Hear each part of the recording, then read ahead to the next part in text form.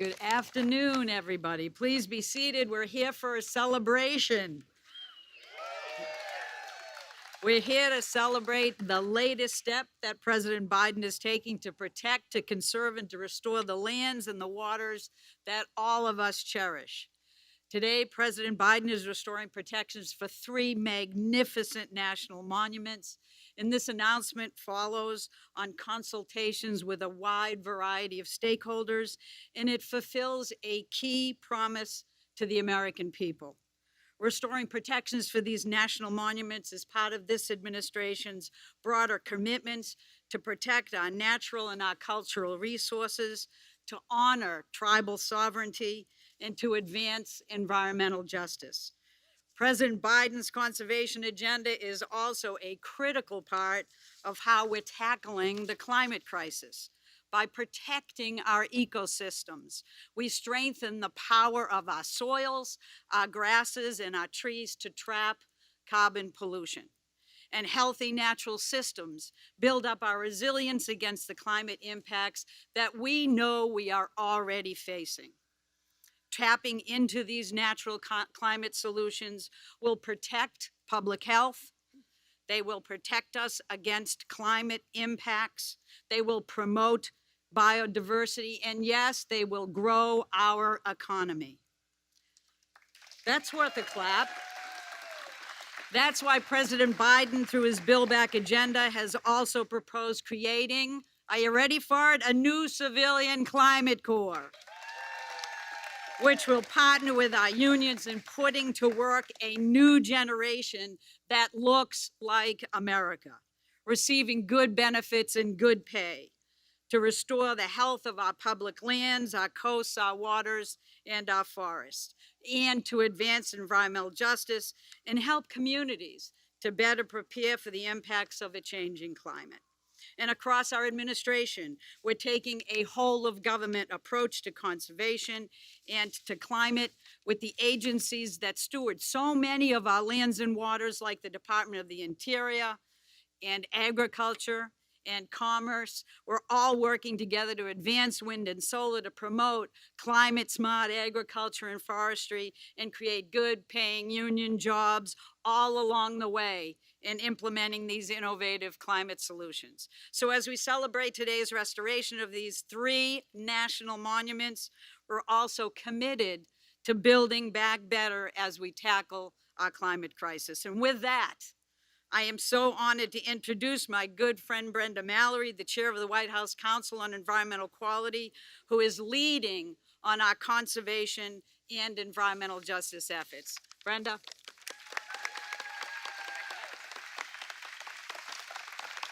Thank you, Gina.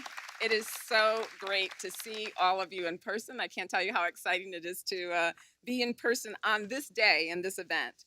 I want to welcome you to the White House.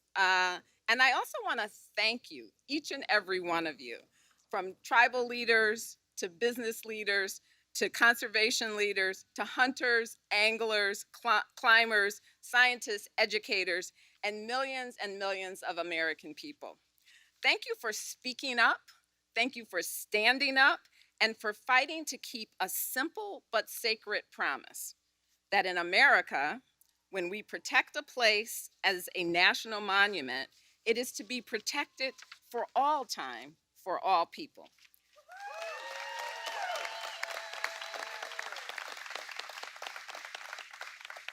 Let us reflect on the meaning of this moment. The single largest elimination of protections of lands and waters in US history was met by the single largest mobilization for conservation in US history. Millions and millions of Americans rallied to help tribes defend Bears Ears, to restore Grand Staircase Escalante, and to safeguard the Atlantic Ocean's first marine national monument. This fight has galvanized a new and powerful vision for conservation in America. A vision in which we act with urgency and ambition to conserve and restore the lands, waters, and wildlife we love and that are disappearing so quickly. A vision in which we in which the stewardship traditions and conservation priorities of tribal nations and are celebrated and supported in both law and policy. A vision in which every child in America, no matter where they live, has a chance to experience nature's wonders. And a vision in which we harness the power of our forest and farms and ocean and coast to keep our climate livable and communities thriving. This is the vision that President Biden, with your help, is pursuing. And let me tell you, there is no one better to stand beside as we drive this work forward than our extraordinary Secretary of the Interior. Ladies and gentlemen, my friend and partner in so many things, Secretary Deb Haaland.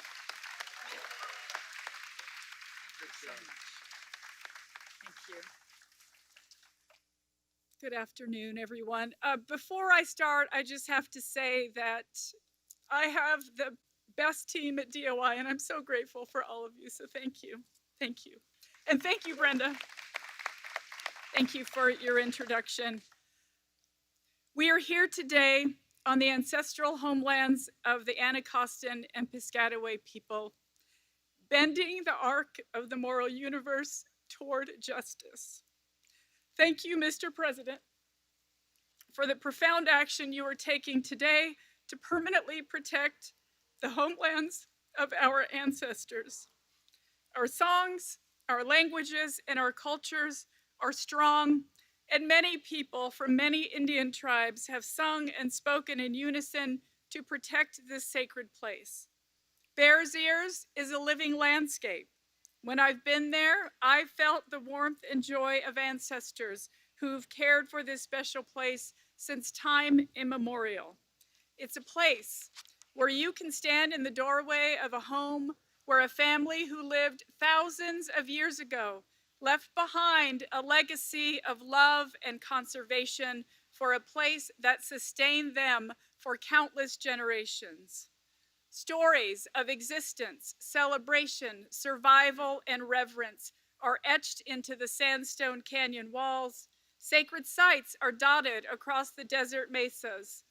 Cultural heritage in the form of ancient pots, arrowheads, clothing, seeds, and evidence of lives well lived are as inseparable from Bears Ears as the air we breathe at this moment.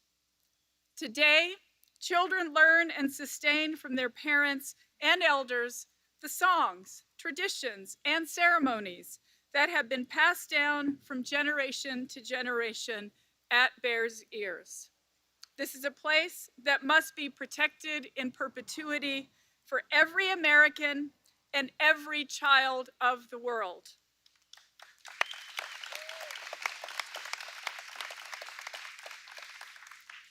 Today's announcement, it's not just about national monuments. It's about this administration centering the voices of Indigenous people and affirming the shared stewardship of this landscape with tribal nations.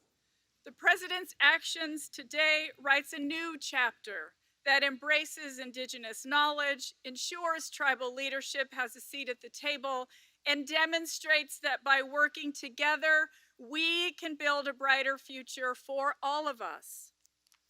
We have much more good work ahead. Together, we will tell a more complete story of America. Together, we will conserve and protect our lands and ocean for people, for wildlife, for the climate. Together, we will strengthen our economy with healthy, resilient natural systems. Thank you, Mr. President. Thank you for strengthening the nation-to-nation relationship.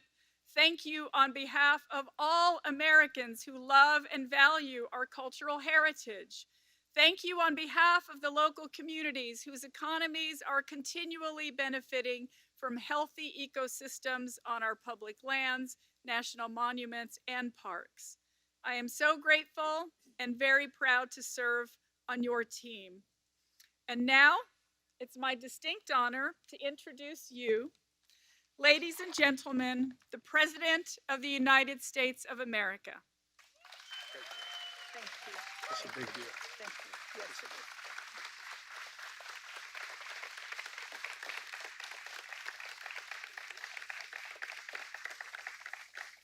is. Good afternoon. Please, all be seated, please. Madam Secretary, Deb, you've done an incredible job in a short amount of time. And I told you when I asked you to be Secretary of Interior that I understood I was politically raised by Danny Inouye, Indian nations. Indian nations. And I want to thank all the leaders that are here today for your support, for your help getting this done. And it's really, really important. And I want to thank Brenda, the Council of Economic Quality, Environmental Quality, and Gina McCarthy. If you need any translation, talk to me after. Gina, you're the best. You're the best. And I want you to know, although he didn't speak today, I want to thank my buddy Tom Vilsack, Secretary of Agriculture, for being here today because he's about preservation. And Maria, Senator Cantwell, thank you for your really hard, consistent, unrelenting work on these issues. And I also want to thank Michael Bennett the same way. He's been in this and never, from the moment he got elected, has been pushing hard. And Ruben, I want to thank you, Congressman Gallego, for the work you've done and continue to do. I really mean it. This may be the easiest thing I've ever done so far as president. I mean it. I mean it. I got to tell you a quick story. When I was running for office, and I'm embarrassed, I can't remember exactly which state I was in, but a gentleman and I think it was his wife and a little girl said, could I talk to you? And she had this, I couldn't understand what she had in her hand. It looked like a teddy bear or something. And she said, can I talk to you, Mr. She wasn't sure what to call me. I wasn't elected yet.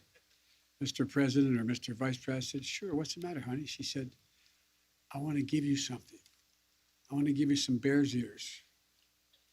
I looked at her and she gave me this little set of bear's ears. She said, you got to promise me. You got to promise me. You'll protect the bear's ears. And I'm thinking, what the heck is we? I mean, at the time, I knew bear's ears, but I didn't quite get it. She said, her dad said, you know, a national park. I said, oh, yes. She said, and she went and looked, she said, you promise? You promise? And I promised. And it's the easiest promise that I've made in a long time. I'm grateful to the tribal nation leaders and both those who are here with us today and those who are unable to join us. Today, I'm proud to announce the protection and expansion of three of the most treasured national monuments, our most treasured. Based on powers granted to the President under the Antiquities Act, first used more than a century ago by Teddy Roosevelt. First, Bears Ears National Monument in Utah. This is the first national monument in the country to be established at the request of federally recognized tribes, and a place of healing, as was spoken by the Secretary, a place of reverence, a sacred homeland to hundreds of generations of Native peoples. The last administration reduced the size by 85%, leaving vulnerable more than 1 million acres of cherished landscape. Today, we shall shortly be signing a proclamation to fully restore the boundaries of Bears Ears. And second, I'm restoring Utah's Grand Staircase Escalante National Monument, a place of unique and extraordinary geology as well as biodiversity. Established as a national monument 25 years ago this month. Over the last quarter century, this land has produced a significant scientific discoveries per acre than more than any other national monument, everything from fossils to ancient indigenous artifacts. And once again, the last administration cut the size of the monument nearly in half, stripping away more than 800,000 protected acres. Today, I'm signing a proclamation to restore it to its full glory. Third, off the coast of New England, I'm restoring protection of the northeast canyons and seamounts marine national monument. Waters teeming with life, with underwater canyons as deep as parts of the Grand Canyon and underwater mountains as tall as the Appalachians. There's nothing like it in the world. Because its unique biodiversity, marine scientists believe that this is a key to understanding life under the sea. President Obama established it as a national monument 5 years ago, recognizing its irreplaceable value. Again, my predecessor chipped away at its protections. The proclamation I'll be signing today is going to restore protections established by President Obama when this monument was first created. Excuse me. The protection of public lands must not become, I should say, a pendulum that swings back and forth depending on who's in public office. It's not a partisan issue. And I want to thank the members of Congress who have come together to support this important conservation work. And by the way, I might add, as a matter of courtesy, I spoke with both the senators from Utah. They didn't agree with what I was doing, but they were gracious and polite about it, and I appreciate that as well. The truth is, national monuments and parks are part of our identity as a people. There are more than natural wonders. They're the birthright we pass from generation to generation, a birthright of every American. And preserving them is the fulfillment of a promise to our children and all those who will come to leave this world a little better than we found it. But today, our children are 3 times more likely to see climate disasters uproot and unsettle their lives than their grandparents' generation. We have to come together and understand why this work is so critical. When we protect and care for a forest, we're not just preserving the majesty of nature. We're safeguarding water sources and lessening the impact of fires. The impact of fires. We're protecting wetlands.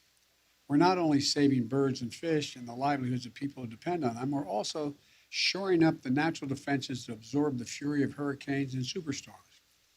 Nearly 1 in 3 Americans live in a community that has been struck by weather disasters just in the last few months. Hurricanes, wildfires, droughts, heat waves. Both the Build Back Better plan and my bipartisan infrastructure agreement are going to make critical investments, significantly increasing the resilience to these devastating effects on the climate crisis. It includes creation of a civilian climate corps, similar to President Franklin Roosevelt's Civilian Conservation Corps, which is going to put diverse groups of Americans to work doing everything from restoring wetlands to protecting clean water to making forests more resilient against wildfires. My plan also puts Americans on a course to achieve 50 to 52% reduction in greenhouse gas emissions by 2030 and to reach net zero emissions no later than 2050. You know, achieving these ambitious goals is going to require that nature itself play a role. Scientists estimate that the protection and restoration of natural lands and waters can provide nearly 40% of the solutions to climate change. That's why I'm signing these proclamations today as an additional reason. It's also why I'm restoring protections for the Tongass National Forest in Alaska, which I've had the great honor to visit. As a matter of fact, when I was meeting with, back in the days when the senator from Alaska, I was with him after the oil spill on the North Slope, and we stopped in the Tongass Forest, and he sat me at a table in this magnificent restaurant in the middle of the Tongass Forest, which has tree trunks as big as those trees holding up the whole building. It's magnificent. And he sat me with what I kid and call Hoss Cartwright and his family. 4 big guys, really big guys, and they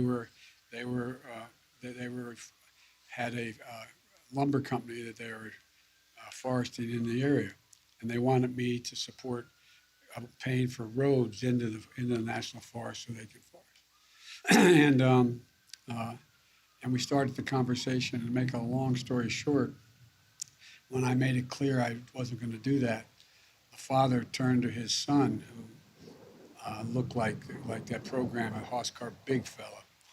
And he said, I'll bet, I won't use the exact language. He turned to me, I'm across the table. And it's got he and 3 of his sons. And he said, I'll bet this so-and-so, referring to me, and expletive deleted, doesn't realize he's closer to Lexington, Kentucky today than he was when he just flew off the North Slope. And it made the point to me. Alaska's pretty big. There's an awful lot we need to protect. But that's why I'm working to protect Bristol Bay from mining operations that would threaten one of the world's largest salmon runs. That's why I'm refusing to sell out the Arctic National Wildlife Reserve to oil and gas drilling. These protections provide a bridge to our past, but they also build a bridge to a safer, more sustainable future. One where we strengthen our economy and pass on a healthy planet to our children and our grandchildren. Let me close with this. Edward Abbey, a writer who once worked as a ranger at the Arches National Park in Utah, wrote, and I quote, "This is the most beautiful place on earth. There are many such places. Every man, every woman carries in heart and mind the image of the ideal place, the one true home, known or unknown, actual or visionary." End of quote. Folks, that's the United States of America.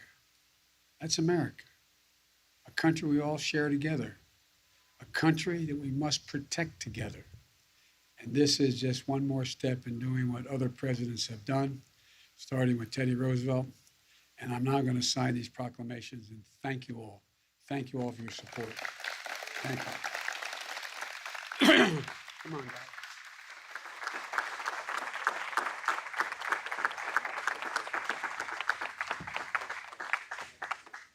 All right. First one I'm signing is this grand staircase.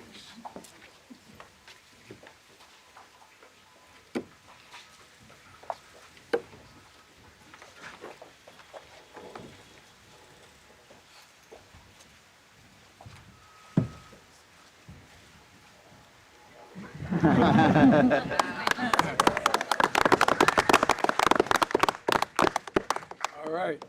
The second one I'm signing is the Bear's Ears. I wish I could remember that little girl's name. I hope she's watching. Hope she's watching. Thank you for signing this, President. It's important. You guys know it better than anybody.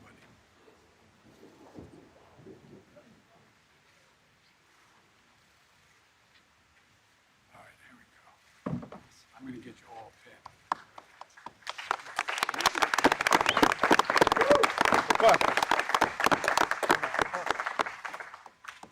And the third one I'm signing is the Northeast Canyons and Seamounts Marine National Monument. I'm going to try to pull Barack Obama here in just a second. One. Somebody grab one who doesn't have one. Thank you, Mr. President.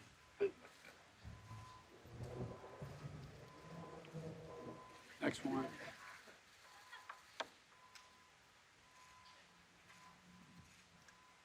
Next one.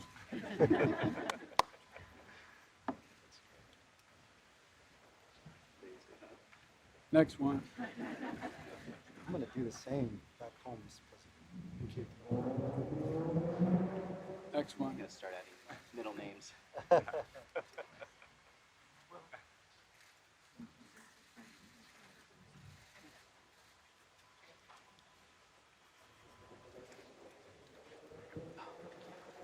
Going here. How many more? Can you get the rest of you guys?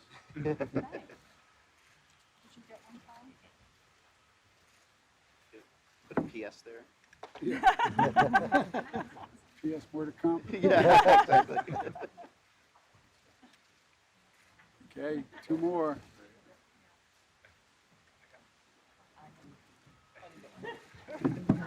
Barack used to be able to do this to say Barack Obama, and he didn't give away 17 pence. There you go. One more. And if I don't have enough pens, Do a heart sign. everybody get one? Yes, sir. Yes, All sir. right. Thank you.